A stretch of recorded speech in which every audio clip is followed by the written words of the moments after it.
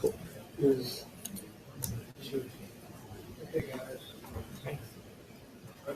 All right. Hello. Hi. My name is Srijit Mukherjee, Cumulus Networks, Scott Henry. There's a third person, I don't know if he's here. But we're going to talk a little bit about Linux. Actually, let's talk a little bit about context. So today, for a large portion of the day before us and a large portion of the day after us, you're going to hear about and have heard about the n number of variations of networking stacks that are innovating in the data center. We have a slightly contrarian, but mostly supportive position. That is, Linux is going to be the context and the language of the data center. It's what everybody is going to use. And we're going to talk a little bit about how this infrastructure can be used to leverage innovation and to actually focus your efforts and your energy and time on the problems that you need to solve. So we're going to actually also be contrarian in the flow. We're going to start with a demo rather than end with a demo. So you're going to talk about this? Yeah. Demos always goes so well. We're going to start with that. This is the topology. Oh, okay. Yeah. This is the topology that we're going to show. What? Now, there we go. So back in the corner, we've got a rack there that's got 4 machines on it. 2 are switches, and they're represented by the green boxes at the top here, and 2 are servers, and they're represented by the gray boxes on the bottom. And the boxes on the top are combined into an MLAG. And so for those of you who don't know what MLAG is, it's basically 2 switches, independent physical boxes that are made to look as one. And so the servers down below, think they're connecting to one switch. This provides redundancy, so if any links go down or one of the switches go down, you still have full connectivity. So what we're going to show is we're going to run some TCP traffic between the 2 servers on the bottom, and we're going to shut down some of the links on one of the switches. And you'll see the connectivity, the traffic still continues.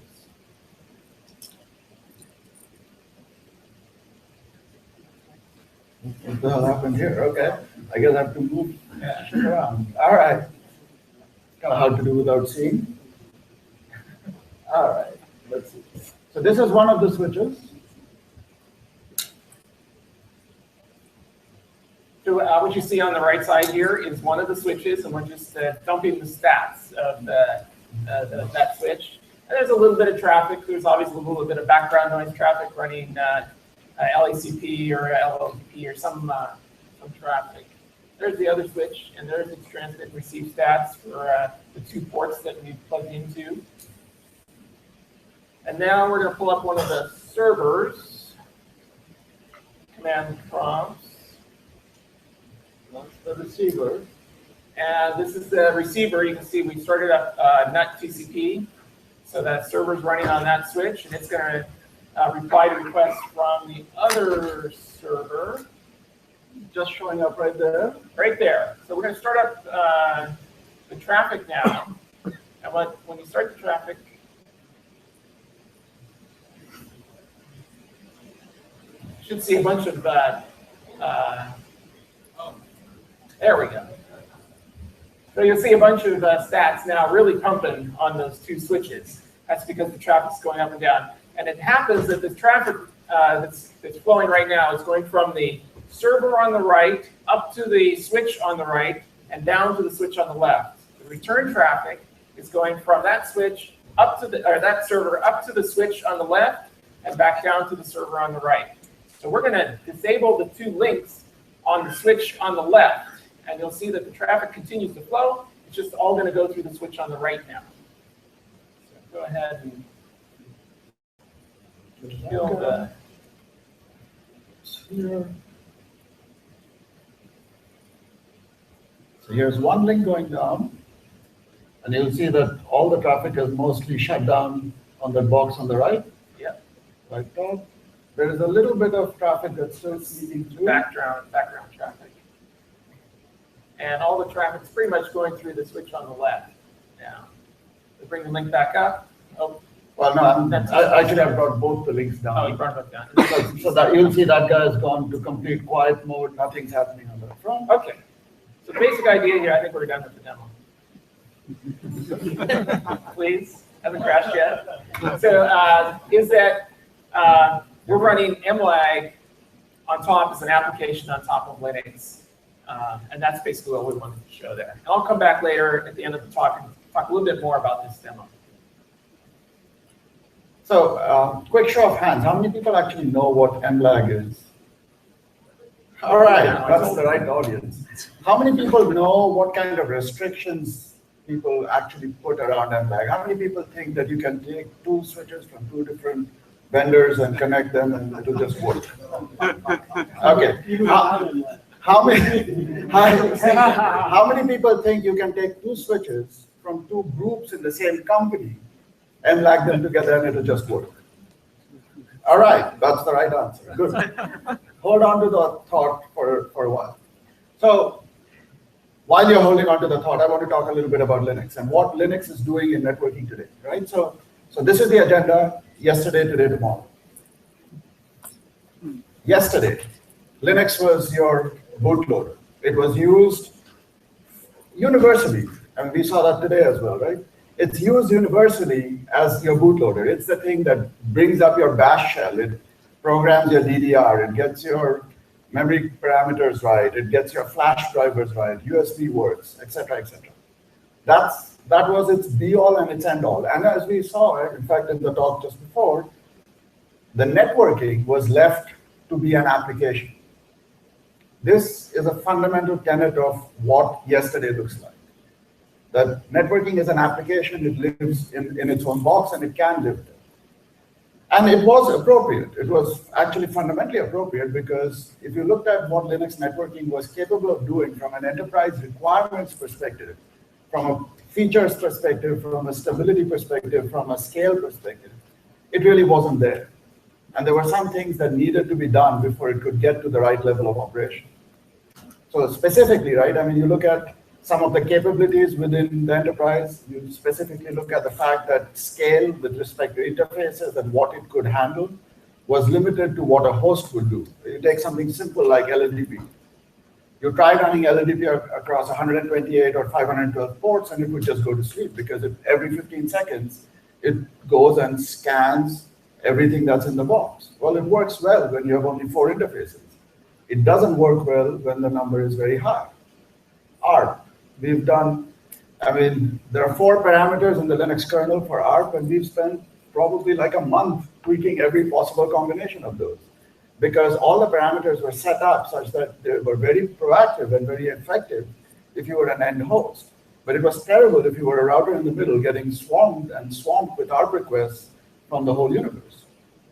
So there were some very specific reasons, and because of the specific reasons, and because nobody else was willing to take the effort, it sort of stayed in that universe, and everybody who was using Linux in the network was still using it only as an underlay, as a foundation component, and leaving all the real heavy lifting to some user space app that was running above it. And what that resulted in is literally, also as we've seen today, is a concept of a networking stack that's getting reinvented and reinvented and reinvented and reinvented over and over again. Every one of those stacks does ARP. There is no reason for ARP to have been written 15 times, unless somebody really thinks there is some innovation in ARP that they're doing, in which case I stand corrected. But most of the people are not. It's really about getting to interop. And even more importantly, since it's networking, your primary goal is to interoperate. So it doesn't matter how innovative you can be, eventually you're going to have to deal with somebody else, and it's going to drag you down to a base level of operation. Even more importantly, right, if you think about it, your entire universe is running Linux. If you're running a virtual machine, you're running some kind of Docker container, you're running your laptop, you're running a server, you're doing something. It's running your network stack somewhere. That stack is already in production. Anybody who has any questions, concerns, comments, thoughts, fears about the Linux networking stack, you probably are already immersed in it. All the problems you're worried about, you're already facing because you cannot avoid it today. Even for the person who's using Linux as a bootloader and they're loading their special custom NOS on top, their management port is running the standard Linux stack. If you have a security vulnerability, you're already vulnerable. All the problems that you have to solve, you've already got on your hands. You don't get to avoid it. And this picture shows, right? I mean, you think about all the varieties of components that exist in your system. If any of them are doing TCP, that component exists. So that little black weird icon is an indication of where all you're running the Linux networking kernel stack already. And you cannot avoid it. And maybe an interesting point to note, as we heard today, the Microsoft Cloud OS is Linux-based, not based on the Windows kernel. And there's a reason for that, right? It's not, I'm sure if somebody wants to debate that, they can, but the reason simply was that it was the easiest and most consumable of all the tools there are that is out there. So one of the questions that comes up a lot is Linux networking, what does it do for me? The term that is used a lot is innovation or pace, or I cannot control, or it moves too slowly, or I don't know how long it'll take for a feature to get in there. This slide is an eye chart, but it's an eye chart to make a point. Everything that's listed here was inducted into the Linux kernel in the year 2015. 12 months. It's gotten literally every feature that we can think of, and this is definitely from a very data center perspective, but it's got every feature we can think of that makes an operating system and an infrastructure to be complete from a feature perspective. Some of the big missing pieces used to be VRFs, the ability to do tunneling like MPLS. VXLAN, of course, the Linux kernel has had for a very, very long time. But all of these capabilities have been inducted in the last year. Then there is a whole bunch of user space tools that go with that Linux kernel model. So a conversation or a question along the lines of the kernel is not fast enough or is not adaptive enough is fundamentally, in my opinion, flawed. And this, in my opinion, is proof that that is the case. So sort of to follow on from that conversation, one of the motivations that keeps coming up over and over again is that I need to be able to innovate, right? Like I said before, clearly the kernel itself has not got a problem with respect to the pace of innovation. So now the question that you have to ask yourself is, when you are innovating, how much innovation is there, or what is the comparative ratio rather, of the amount you're innovating versus the amount that you need to just work? The stuff you don't want to find out doesn't work. The timer you don't want to readjust. The interrupt with your Juniper router or your Cisco router that you don't want to have to go revisit. The SSH keep alive programming that you don't want to go figure out all over again. So the way I draw it in this picture, it's the ratio of what's gray to what's red. If your ratio is high, if you have some crazy set of functions that you need to solve, and you have a very specific set of requirements, and clearly the very, very large data center people fit in that category often, right? They have very particular requirements. Their 1% problem becomes a real problem because in their scale, that 1% multiplies into 10,000 or into 40,000 or 50,000 units, and it becomes a real problem. And so clearly there is a space where that actually matters. But for the vast majority, if you're looking for innovation, what is it? What is that innovation that is worth trading off what is fundamentally a stable, highly repeated, highly distributed, highly examined infrastructure? And if you think about an operating system, right, you think about the layers at which things work. You think about what are the interfaces that need to be reserved and need to be maintained. You have to consider what are the pieces that need to move and at what rate. So if this is sort of your canonical operating system, it's got all the components that everybody is familiar with, you think about your library. For a generic application, your C library, that is your API, right? You don't want the C library to be innovating. That leads to hair pulling. And some of us can't afford that for very long. But you want innovation at the lower level, right? You want your NIC to get faster. You want your switch functionality to improve. You want your ability to switch packets to get better. You want your TCAMs to get bigger. You want your ability to run 100 gig to show up yesterday. Those are obvious. But that's a device driver level conversation. That's not a user application or user API level conversation. So when you think about what is it that you need to be stable in your system, I would assert very strongly, you want the application interface to be stable. Using something like the Linux kernel and the kernel networking capability gives you that, right? Because it's a well-established, big, formal system that is distributed through distributions, or you can go upstream and pick it up from the kernel. It's maintained by a community that's healthy, that exists, that knows how to do things, has been doing it for more than a few decades.